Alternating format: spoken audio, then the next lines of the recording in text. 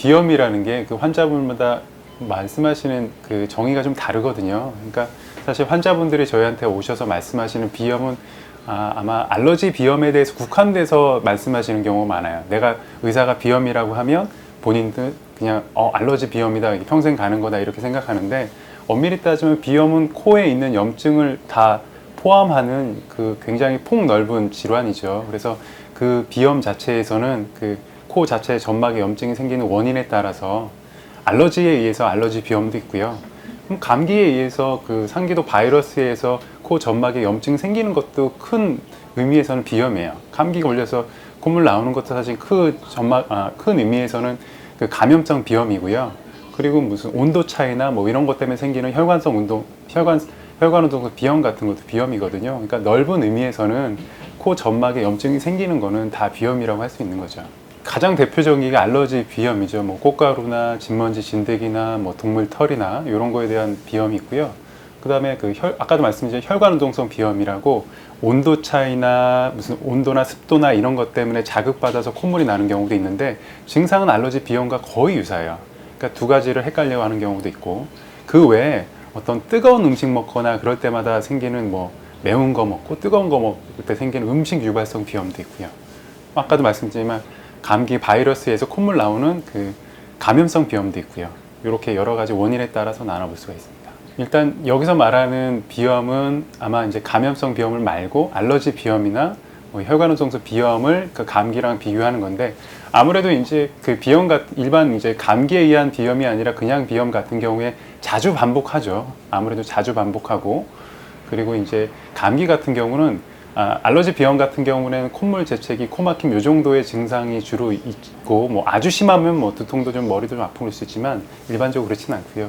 근데 감기는 일단은 이제 그 코 증상 외에도 뭐 기침, 가래, 뭐 몸도 아프고 열나고 뭐 두통도 있고, 뭐 코나 가래도 뭐 맑은 콧물이 아니고 좀 노랗게 변하고, 이렇게 되면 이제 이런 거는 감기나 감염성 원인에 의한 거라고 보면 되고요. 알러지 비염이나 이런 쪽은 아무래도 이제 자주 반복하면서 맑은 콧물 나고 뭐 이렇게 되면 이제 알러지 비염이나 그런 비염 쪽으로 생각할 수가 있겠습니다. 치료가 필요하다는 기준이 참 애매하죠. 사실은 이제 비염 자체가 증상이 아주 심하지 않고 그냥 하루에 아침에 살짝 추운 바람 받을 때 살짝 콧물 나온다, 그리고 크게 불편하지 않다, 그리고 그 외에 합병증이 없다, 그러면 꼭 뭐 약을 먹거나 그럴 필요 없는데, 그 자체가 생활을 방해하거나 그러면 아주 간단한 치료나 뭐 검사만으로도 그런 거 불편함 없이 지낼 수 있고 삶의 질을 올릴 수 있거든요. 그래서 그 비염이 있어서 본인이 불편하면 약이나 어떤 의사의 도움을 받아서 좀 삶의 질을 높이는 방향이 좋고요.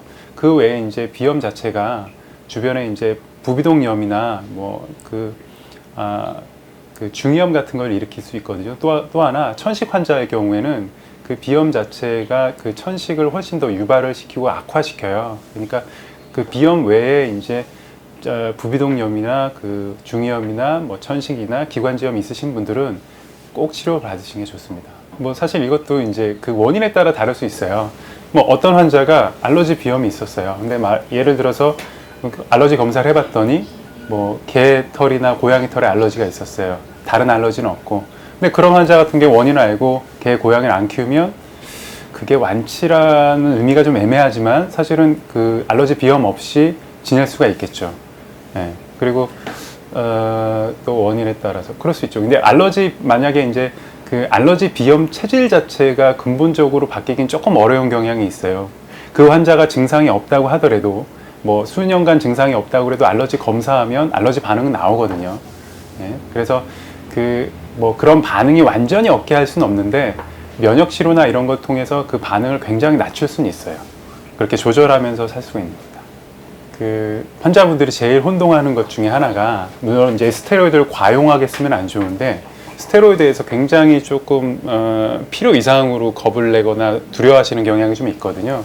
사실 그 알러지 비염에서 그 세계적인 가이드라인을 보면 첫 번째로 권하는 거는 비강 스테로이드 스프레이예요. 그걸 제일 먼저 권해요. 아주 증상이 심하지 않을 때 처음부터. 왜냐하면 스테로이드 제제는 그 항염증 작용이 굉장히 우수하거든요. 그리고 국소적으로 쓰는 스프레이는 그 체내 흡수가 1%가 안 돼요. 그래서 장기적으로 써도 체내 흡수가 거의 안 된다고 볼 수 있거든요. 그래서 사실 증상이 심하지 않을 때, 그리고 알러지 비염 환자들은 거의 평생 이제 이걸로 힘들 수가 있는 상황인데, 그 먹는 약을 경구적으로 복용을 해서 혈액에 다 포함돼서 코로 가는 것보다는 스프레이로 국소적으로 쓰는 게 장기적으로 볼 때는 훨씬 더 안전할 수가 있어요.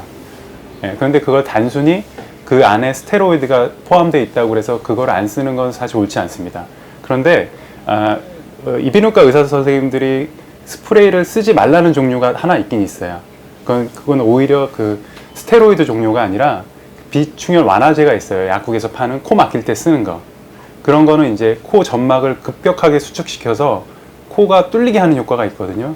근데 이거는 자칫 10일 이상, 뭐 2주 이상 이렇게 자꾸 반복적으로 습관적으로 쓰다 보면 오히려 코 점막이 나중엔 더 부어요. 더 팽창해서 오히려 약물성 비염을 일으켜요. 그래서 사실 그 약국에서 본인이 불편해서 계속 장기적으로 쓰는 스프레이는 의사 처방 없이 쓰는 스프레이는 오히려 코 점막 상태를 더 비호해서 더 코막힘 증상을 악화시킬 수 있어요. 그런데 보통 이비인후과 전문의들이 처방하는 그런 스프레이는 보통 스테로이드가 들어가 있는 스프레이인데 사실 이게 훨씬 더 안전하다고 보시면 됩니다. 장기적으로 써도. 네. 그거는 좀 환자분들이 좀 알고 계셔야 될 것 같아요. 다 배출되죠. 다 배출되죠. 사실은 스테로이드라는 거는 저희 이비인후과 질환 말고도 다른 질환에선 훨씬 더 장기적으로 쓰거든요. 어떤 사실 스테로이드라는 거는 그 몸 안에서 신체적으로 나오는 호르몬의 일부예요. 사실 일부인데 너무 장기적으로 쓰면 그 몸 안에서 나오는 스테로이드 호르몬에 영향을 주기 때문에 쓰지 말라는 것도 있거든요. 그래서 그런 분들 보면 스테로이드를 축적된다고 해서 용량을 줄이거나 그러진 않아요. 계속 유지를 하거든요. 그러니까 신장이나 간을 통해서 대사가 되는 거죠. 그리고 정말 국소적으로 쓰는 스테로이드, 점막에 뿌리는 스테로이드 스프레이는 체내 흡수율이 거의 0. 몇 %도 아니기 때문에 그게 그 장기적으로 써도 아주 소아에서도 뭐 1년 이상 이렇게 쓰는 것도 크게 문제가 없이 막 허가가 된 상황이기 때문에 스테로이드 사실 먹는 약보다는 더 안전하다고 보셔도 됩니다. 스테로이드의 내성은 그 먹는 약에 대한 내성을 말하는 거고요. 우리가 예를 들면 천식 환자들 있잖아요. 천식 환자들에서 흡입기 하잖아요. 그게 대표적인, 물론 급성 증상이 있을 때 그 기관지가 갑자기 확 수축해서 기관지를 풀어야 되는 약들은 그 기관지 확장제가 따로 있고요. 근데 그 천식 환자들이 장기적으로 조절하는 약은 사실은 흡입 스테로이드 제제예요. 스테로이드 제제는 그 항염증 효과가 굉장히 강하거든요. 그래서 그 국소적인 작용에 거기서 쓰면은 항염증 작용을 완화시켜가지고 그 호흡기 점막이 리모델링 되는 걸 막을 수 있어요. 그래서 장기적으로는 그 천식 환자도 스테로이드를 계속 흡입하는 걸 쓰는 거를 전문가들이 권하죠. 그거 봐서도 그 스테로이드에서 너무 민감하게 생각하실 필요는 없고 국소적인 스테로이드는 굉장히 안전하다고 생각하셔도 됩니다. 네. 대신 이제 잘 쓰셔야 되겠죠. 이제 그 천식 환자 같은 경우 흡입기를 하고 입을 잘 헹궈낸다든지 뭐 코 스프레이를 쓰고 좀 걱정되시면 이제 입에 있는 거는 좀 뱉어내시고 헹궈내시면 큰 문제 없이, 큰 걱정 없이 사용할 수 있습니다.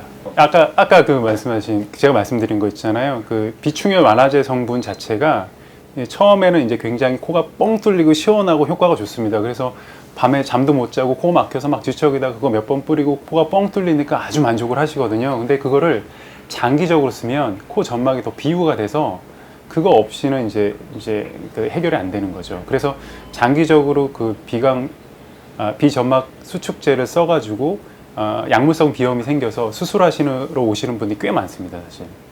보통적으로 1회에서 2회 정도 추천해 드리고요. 사실 먹는 약을 하나 먹고 2개 먹는 거는 좀 용량에 큰 차이가 있을 수 있지만 스프레이는 사실 그렇진 않아요.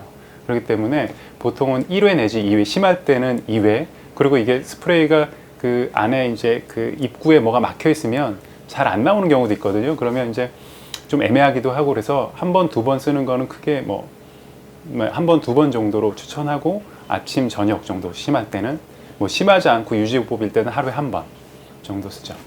그건 그렇지 않아요. 그거는 이제 스테로이드 스프레이는 뿌린 다음에 바로 코가 점막이 수축되는 그런 약들은 아니거든요. 그러니까 어떻게 보면 꾸준하게 쓸 수 있는 약이기 때문에 하루에 뿌렸을 때, 펌프했을 때 한 번 내지 2번 정도가 적당하고 3-4번 쓴다고 더 효과가 있지는 않습니다.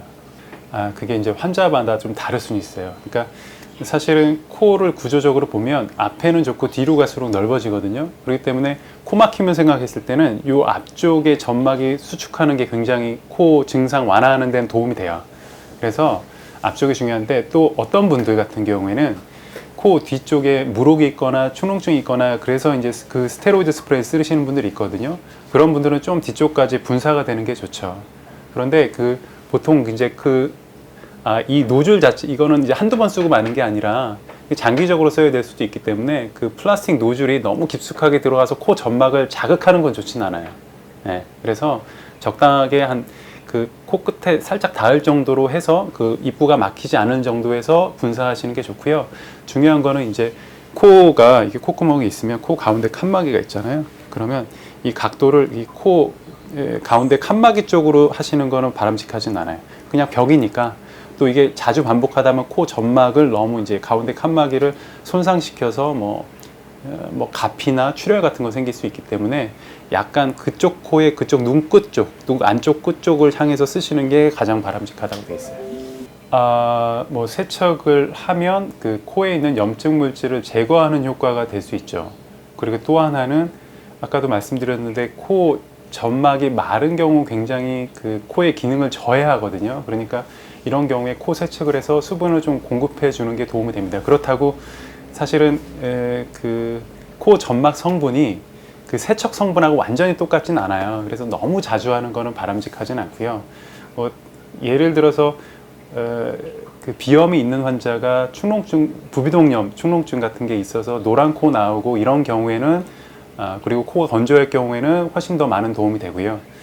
단순히 알러지 비염만 있는 분이 꼭 세척을 해야 되냐 이런 거 그렇진 않아요. 왜냐면 알러지 비염 환자들은 콧물 자체가 굉장히 좀 탁하지 않고 그냥 물처럼 나오는 콧물이라서 꼭 그 자체만으로도 계속 배출이 되는 거거든요. 그러니까 그거에 대해서 꼭 무조건 세척을 해야지만 낫고 안 하면 안 된다 이렇진 않지만, 요즘같이 이제 미세먼지가 많고 이럴 때는 외부에 있는 그런 먼지나 이런 거를 집에 들어왔을 때 간단하게 간편하게 세척을 해서 씻어주는 게 꽤 도움이 될 수 있다고 생각합니다.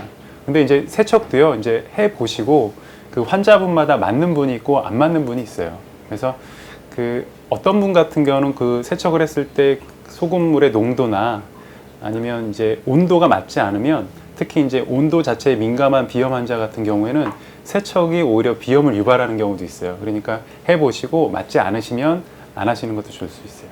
코나 목은 일반적으로 자극 없는 온도가 굉장히 좋아요. 그러니까 자기 몸의 체온하고 똑같은 온도로 하시는 게 좋고요. 그렇게 따지면 37도, 36도 정도가 좋은데 36도 이렇게 되도, 그러니까 너무 뜨겁고 너무 차갑지 않고 자극되지 않은 온도로 하시는 게 좋고요. 그리고 이제 너무 세게 하시지 않은 게 좋아요. 이제 우리가 이제 어떤 요즘에 TV나 광고나 이런 데 보면 유튜브나 이런 걸 보면 이렇게 세척해서 반대 코로 막 죽죽죽죽 나오고 막 이렇게 막 잘하는 것처럼 보이는데, 사실은 코 점막을 이렇게 적셔주는 것만으로도 사실 어느 정도가 의미가 있고, 너무 세게 하다 보면 또 점막에 자극을 줄 수 있고 코랑 귀랑 연결되어 있는 이관으로 들어가서 중이염을 일으킬 수도 있어요. 그러니까 너무 세게 하지 않는 게 좋아요. 펌프도 압력을 살살 조절하면 되거든요. 내 손을 조절했을 때 압력이 걸려서 안 들어가면 거기서 멈추시면 됩니다. 그거를 뚫으려고 세게만 안 하면 되니까요. 근데 이제 주전자 이렇게 줄줄 흐르는 거는 조금 용이하지가 않아요. 사용해 보면 사실은 이제 간편하게 이제 담아서 펌프 타입으로 살살 하시는 게 훨씬 더 편하거든요. 이게 또 한두 번 하고 마는 게 아니기 때문에 뭔가 하는 게 불편하면 환자분들이 안 하게 돼요. 매일 하고 이렇게 분들은 이렇게 아무래도 편한 게 장점이 있죠. 조금 안 좋을 수가 있는 게요. 그런 게 이제 귀로 들어가나 자꾸 살에 들리거나 요령껏 하시면 될 수도 있겠지만, 조금 추천해 드리고 싶지 않은 게 농도 자체가 맞추기 어려울 수가 있거든요. 그냥 생리식염수와 같은 농도를 맞추지 못하면 오히려 코 점막에 자극을 줄 수가 있고 또 비염을 유발할 수도 있습니다. 그러니까 조금 그런 방법은 좋지 않다고. 근데 펌프라는 게 그렇게 비용이 없을 때는 근데 별로 추천하고 싶지는 않습니다. 네. 뭔가 이제 아무래도 위생적이지 않은 면에서도 그렇고요. 손에 있는 거를 해가지고 한다, 별로 추천하고 싶지는 않습니다. 코가 건조할 때 좀 묻힌 정도로는 의미가 있을 수는 있어요. 그냥 이렇게 한다. 저도 가끔 이제 자기 전에 코가 건조하거나 그런데, 그럴 때 이제 사실 제품화된 생리식염수 스프레이도 있어요. 이렇게 그냥 간편하게 뿌릴 수 있는 거, 그런 것도 있고 뭐 코에 이제 연고를 바른다거나, 근데 이제 그런 것도 없다. 근데 너무 건조하고 뭐 예를 들어서 내가 이제 어디 MT를 갔는데 아무것도 없다. 근데 뭐 그럴 때 이제 코가 너무 건조하면 약간 적셔주는 정도로 의미가 있을 수 있겠죠. 아, 그렇죠.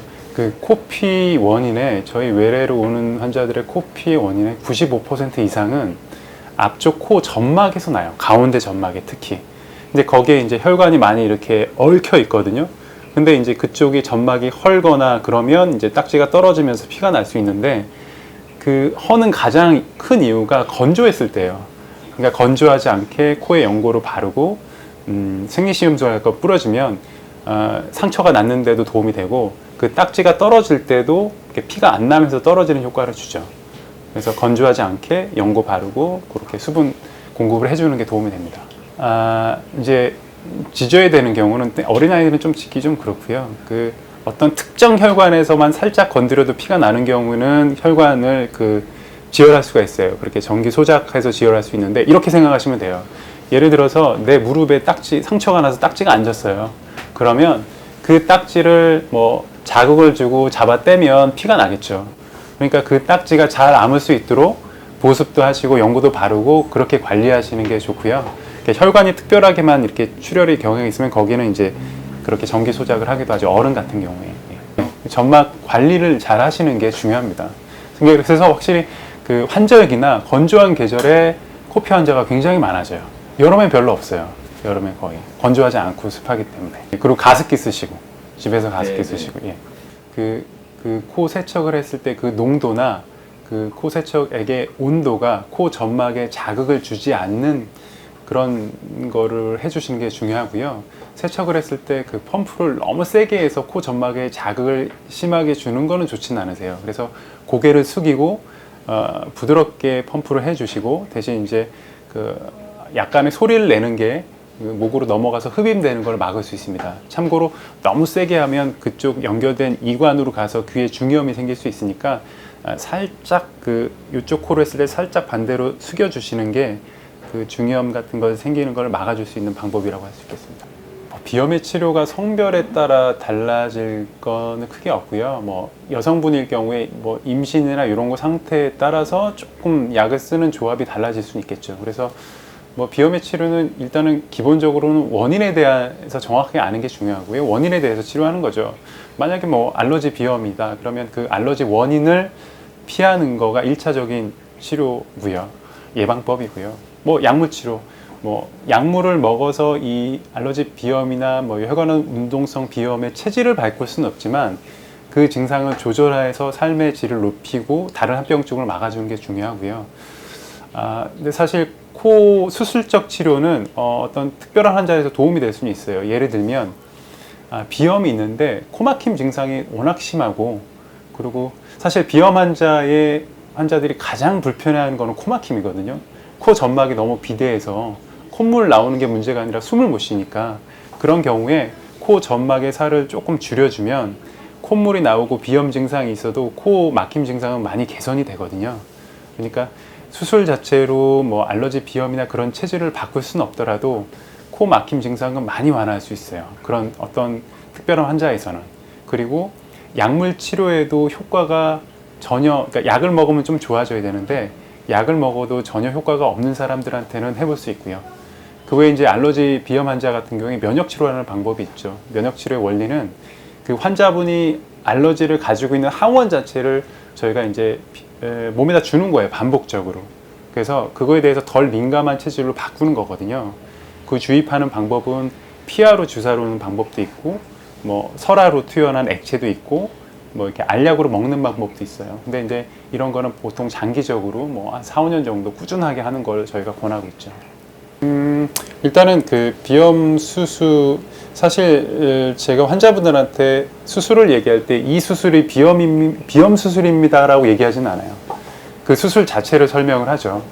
환자분이 구조적인 문제가 있거나 그러면 그 구조적인 수술을 설명을 합니다. 뭐 코가 휘어 있거나 그러면 비중격을 교정해 하는 게 코막힘의 개선이 된다. 그리고 코 점막이 너무 비대해서 반복적으로 코막힘이 심하다고 그러면 코 점막을 축소하는 수술을 하고, 뭐 축농증이 있어서 약으로 해결되지 않으면 그 부비동염에 대한 내시경 수술을 하는 거죠. 이렇듯 이제 어떤 비염이 있으면 어떤 수술을 한다, 어떻게 주의한다기보다는 환자마다 필요한 수술이 다를 수 있거든요. 그리고 수술이 필요하지 않을 수도 있고 수술이 많이 도움될 수도 있고, 그런 경우에는 사실은 그 정확한 진단을 통해서 의료진과 상의하시는 게 중요합니다.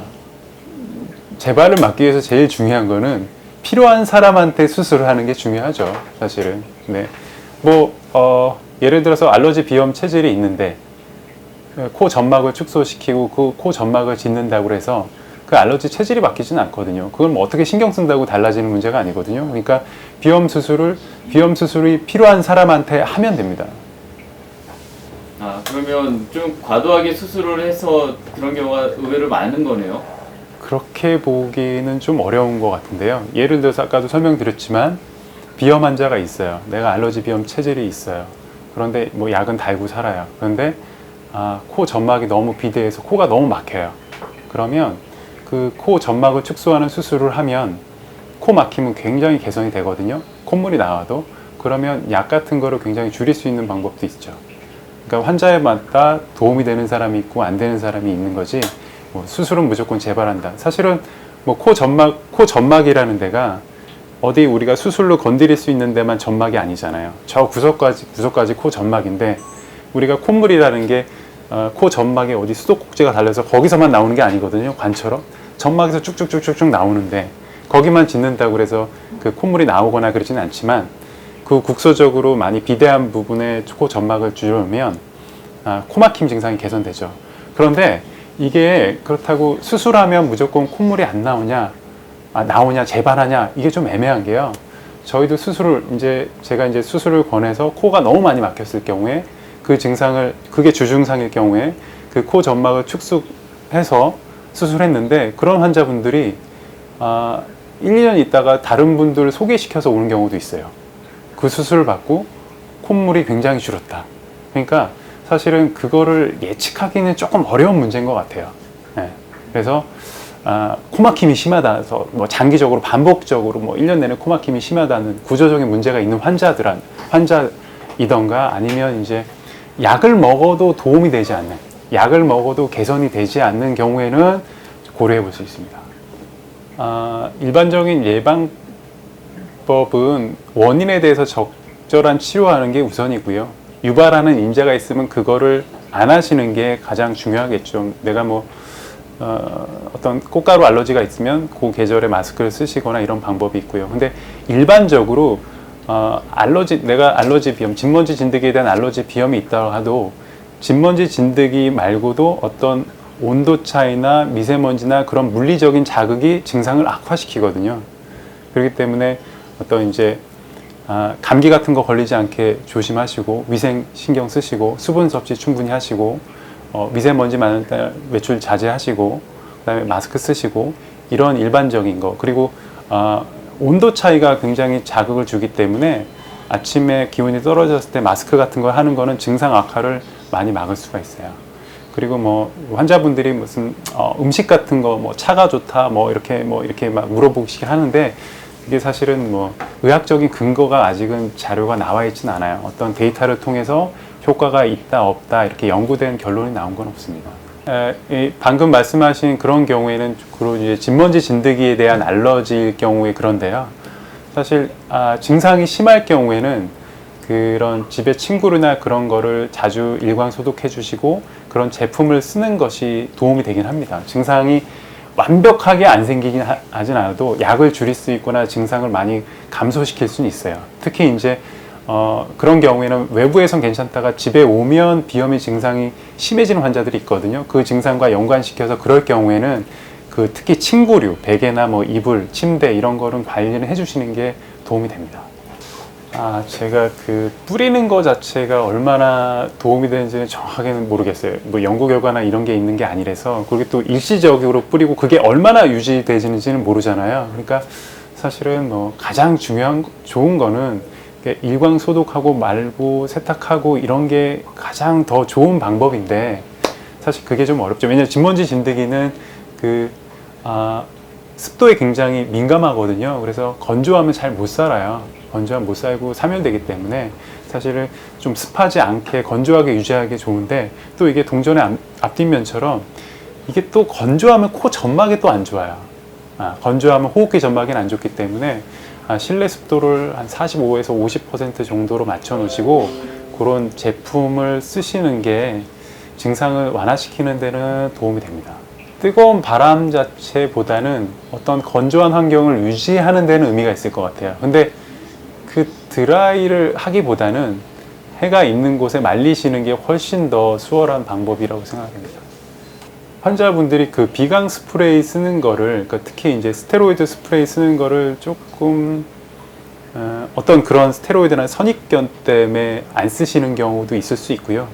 또 먹는 약을 더 선호하는 경향이 있어요. 뭔가를 할 때 스프레이는 뭔가 이게 이제 까먹고 안 하게 되고 먹는 약은 그냥 더 잘 챙겨 먹고 그러게 되거든요. 근데 사실 그 알러지 비염에서 1차적으로 권하는 거는 비강 스테로이드 스프레이 대제예요.